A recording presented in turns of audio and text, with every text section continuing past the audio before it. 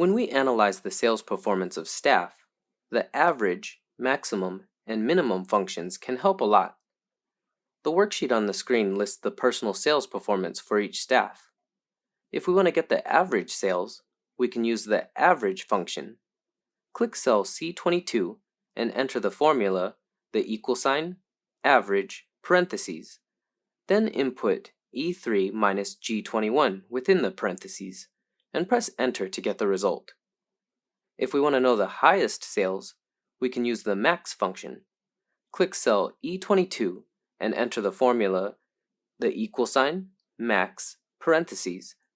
Then input E3 minus G21 within the parentheses, and press enter to get the result.